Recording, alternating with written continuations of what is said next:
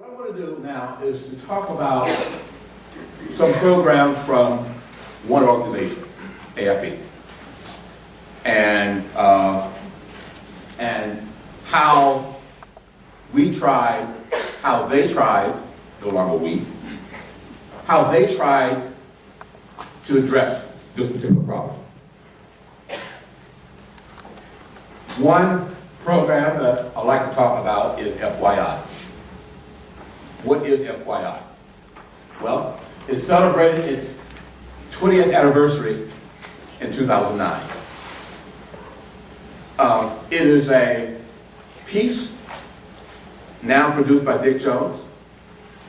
On average, when Congress is in session, it comes out about 3 times a week, on average. It's supposed to be a piece that says, just the facts, ma'am.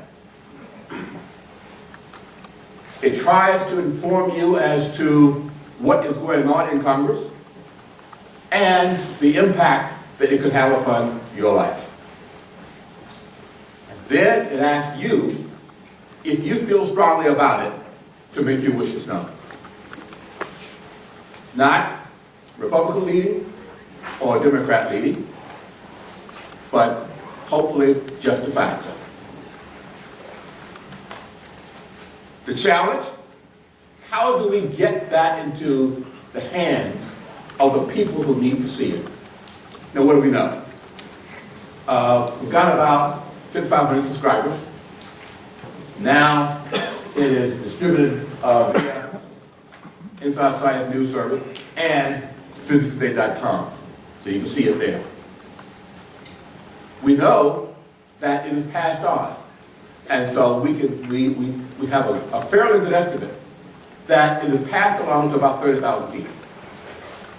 But just want you to know that. What is Inside Science News Service? Well, remember that I said that most TV stations, most newspapers didn't have science people.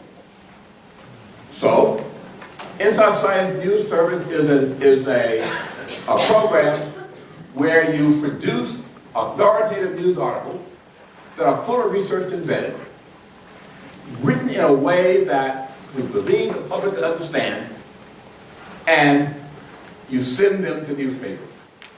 You send them to TV stations to fill that void that is left by the dearth of people who are there, who can write good scientific news articles.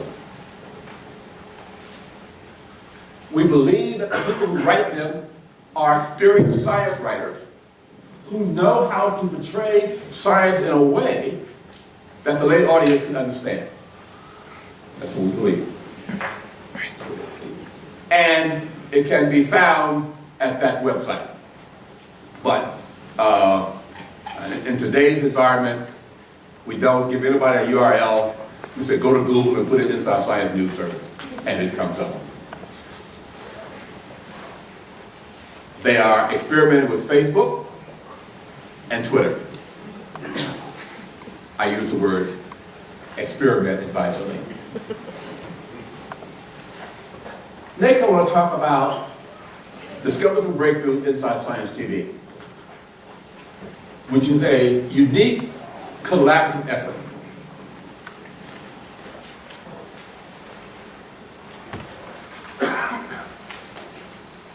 A partnership between science and the media. AIP worries about the scientific content. Is it accurate? Is it reliable? Support from key scientific partners. AAPT is a partner. APS. And I'll go through that other alphabet soup. Roughly 20 scientific partners help put this on.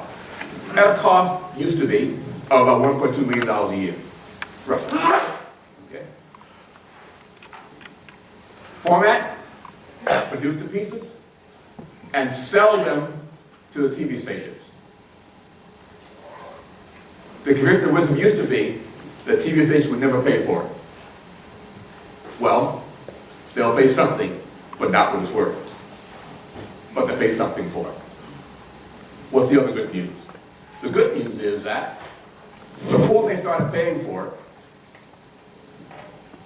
AIP and ACS, the American Institute of Physics and the American Chemical Society, I'm in my mode trying to stop using acronyms, but it doesn't work too well, produced 18 of these a year and gave them away. You had to fight to get them on playtime.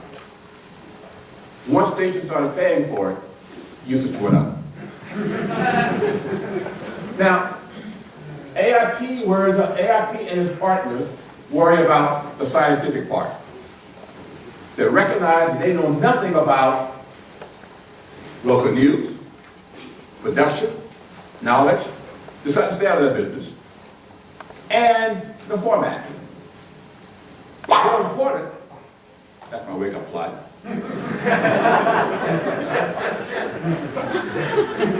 Something about audio strategy. How do you produce this in a way that the audience will appreciate it? I mean, what's the real challenge? The real challenge is to roll these pieces out where the scientist is arguing about the fact that the science is not deep enough, not extensive enough, not precise enough, and a TV news director saying, if you put my audience to sleep, if I lose my ratings, I'm going to pull it. And so the challenge is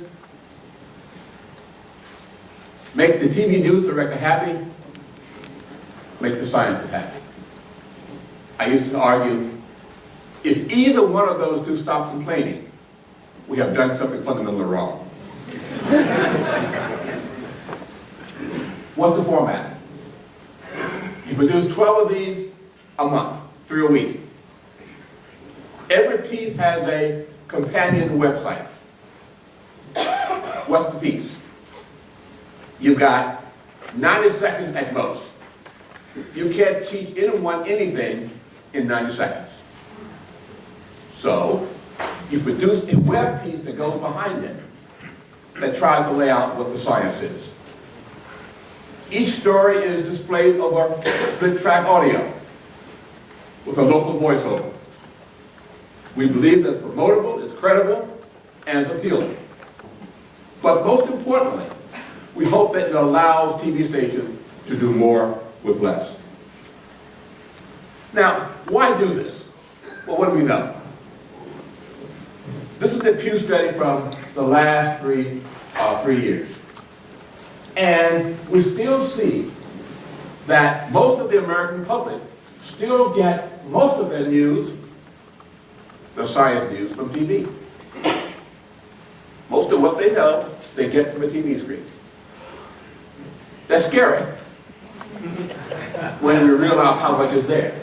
And we talk about the growing internet. Yes, it's growing. A few years ago it was down here. But it's still not there yet. And look at what's happening in newspapers. Okay? And so there's still a need to put science on local TV.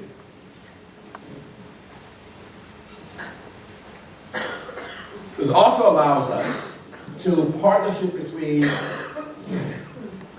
DBIS and Inside Science News Service to do stories.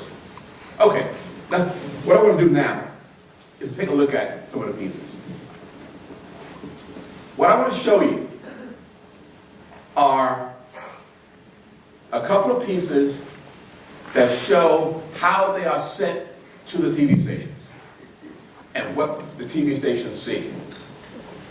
And then I want to show you a couple of pieces that show how the TV station used it. We'll see how this is going to work. Okay.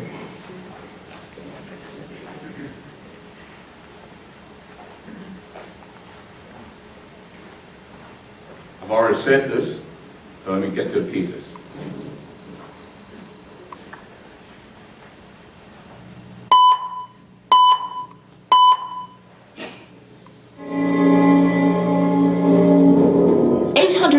people sick from tomatoes, 31 from tainted sprouts. Salmonella taints peppers. These are the headlines that have people wondering, how do we stay safe from what we can't see? One way, these labels. They can track produce and help identify tainted fruits and veggies. But these little labels cause a lot of controversy. So you like them or you don't? I don't like them. The lemons or the limes, they don't come off that easily. A little bit of a pain. You've got to remove the label. These stickers provide inventory and pricing information, but they don't always stay put. When you apply the sticker, it can come off, it can transfer, and it's certainly not permanent. But physicist Greg Drouillard says this kind of label is. This system uses an infrared laser to etch a label onto any piece of produce with information like the variety, price code, and where it was grown. In about 25 milliseconds, it creates a colorless label in the outer layer of the peel that won't rub off. As the product passes by, the laser analyzes that piece of fruit very quickly. Every 9 nanoseconds, it's actually checking that surface, and it's applying the laser to the surface, so it's removing the pigment. It's not adding anything. The laser actually seals the peel so that the new label doesn't expose the produce. Some companies add a natural food dye to make the label more visible.